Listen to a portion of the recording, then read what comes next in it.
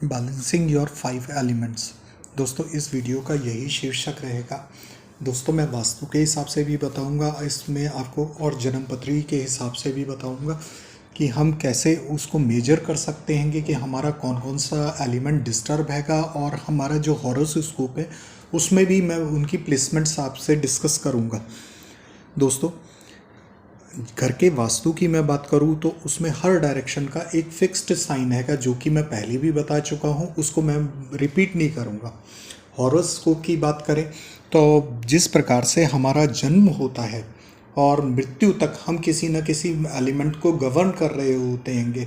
हमारे जो आसपास हमारे मित्र हैंगे या जो भी हमारे घर के बंधु हैंगे किसी न किसी एलिमेंट से प्रभावित रहते ही हैंगे। उनके जन्म से मृत्यु तक कोई ना कोई एलिमेंट चलता ही हैगा। अगर जैसे कि सपोज कर लीजिए कि किसी का वाटर एलिमेंट में जन्म हुआ हैगा तो उसकी जो महादशा स्टार्ट होगी वो वाटर एलिमेंट से ही, चंद्रदेव से ही रिलेटेड स्टार्ट होगी। और ऐसे ही वह जब तक कि वह महादशा का पीरियड रहेगा तब तक वह उस पर प्रभावित रहेगी। उसके बाद जब वह अगर किसी एंटी एलिमेंट की अगर उसकी जन्मपत्री में वह महादशा चालू हुई तो वह वैसा ही प्रभाव उसको और देगी। तो इसी तरीके से आगे बढ़ते हैं दोस्तों। हमारे वास्तु शास्त्र में, या ऐसे कहें कि घर के वास्तु में, वह फिक्स्ड साइन हैंगे। वाटर एलिमेंट की अपनी डायरेक्शन हैगी, एयर एलिमेंट की अपनी डायरेक्शन हैगी, फायर एलिमेंट की अपनी, अर्थ की अपनी, और स्पेस की अपनी। अब हमारी जो जन्मपत्री हॉरोस्कोप है उसमें वह जो प्लैनेट्स हैंगे वह उसके साथ वेरी करती हैगी। क्या वह 12 भाव में अलग अलग प्लेसमेंट में बैठे हुए होंगे तो वह अलग अलग वो है हमें तत्व जो है प्रभाव देंगे।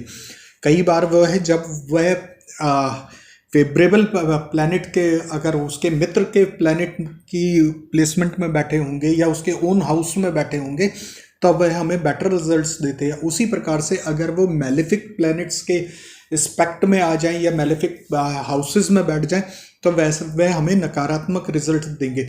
अगर जैसे मैं फायर एलिमेंट की बात करूं, हमारा जो फायर एलिमेंट हैगा वो हमारे मंगल देव गवर्न करते हैंगे, सूर्य देव गवर्न करते हैंगे।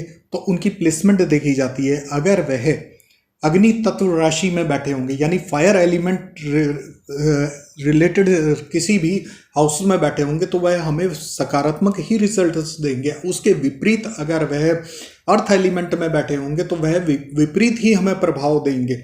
तो इसी प्रकार से एलिमेंट्स को देखा जाता है। जैसे कि मैं अब राशियों की अगर बात करूं तो कुछ ऐसी राशियां होती हैं कि जो कि ड्यूल साइन लेके आती है। जैसे मीन राशि हैगी, मीन राशि की अगर बात करी जाए तो वह ड्यूल साइन हैगी। इसी प्रकार से अगर जैसे मैं बात करता हूं मंगल देव की तो उनकी वृश्चिक राशि जो हैगी वह जल तत्व हैगी, और अगर वही मेष राशि हैगी तो वह अग्नि तत्व राशि हैगी।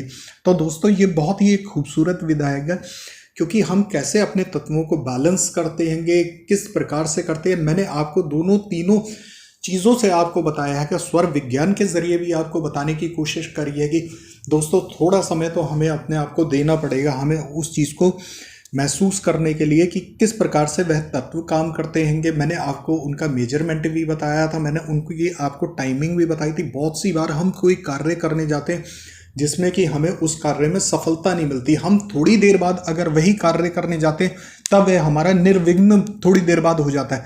तब वह हमारे वो स्वरों के ऊपर होता है कि हमारे जिस समय हम गए थे अगर कोई एंटी एलिमेंट जो कि हमारे हॉरोस्कोप में जो कि प्रॉपर प्लेसमेंट में नहीं हैगा, उस तत्व की हमारी जो नोस्ट्रल थी वो तत्व चल रहा था उस समय, उस कार्य में हमें सफलता नहीं मिली। और थोड़ी देर बाद अगर हम वही कार्य करने गए और उसमें हमें सफलता मिली तो हमें मेक श्योर ये चेक करना पड़ेगा, हमें अपने आप को थोड़ा समय देना पड़ेगा, हमें तत्वों को जानना पड़ेगा कि किस प्रकार से यह तत्व हमारी लाइफ पे प्रभाव डालते हैं, किस प्रकार से ये हमें फेवरेबल रहते हैं, किस प्रकार से ये कार्य करते हैं।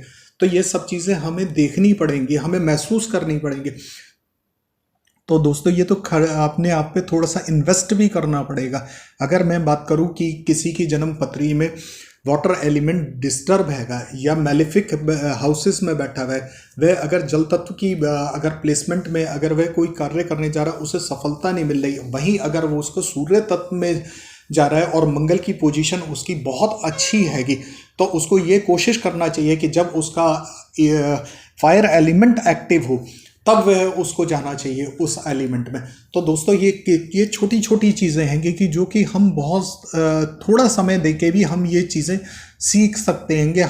हमें खुद को भी थोड़ा समय देना पड़ेगा। मैं आने वाले वीडियो में आपको एक एक तत्व के बारे में बताऊंगा, क्योंकि जो हमारे घर का वास्तु है उसमें तो वह फिक्स्ड साइन में बैठे हुए, जो हमारी जन्म पत्री है उसमें अलग हाउसेस में बैठे, पर जो हमारी नोस्ट्रेल हैगी वह तत्व जो हैंगे वो एक अवस्था में चलते भी हैंगे और एक अवस्था में वह बंद भी हो जाते हैंगे, जो कि हमारी जो प्रमुख नाड़ियां हैंगी, 3 ही प्रमुख नाड़ियां हैंगी, उस पर मैं आपको आगे बताऊंगा कि किस प्रकार से हम जो हैगा डे टू डे लाइफ में उनको एब्जॉर्व करके हम अब सफलता को प्राप्त कर सकते हैंगे।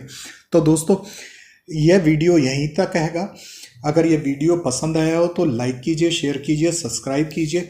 मैं आगे फिर और वीडियो लेके आऊँगा जो कि इसी संदर्भ में लेके आऊँगा। घर की प्लेसमेंट्स भी बताऊँगा आपको कि किस प्रकार से आप एंटी एलिमेंट दिशाओं में आप रख देते हैंगे और उनका क्या क्या प्रभाव आपके ऊपर आता है।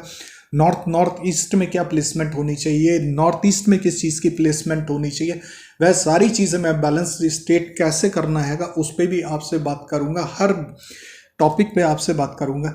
तब तक के लिए थैंक यू।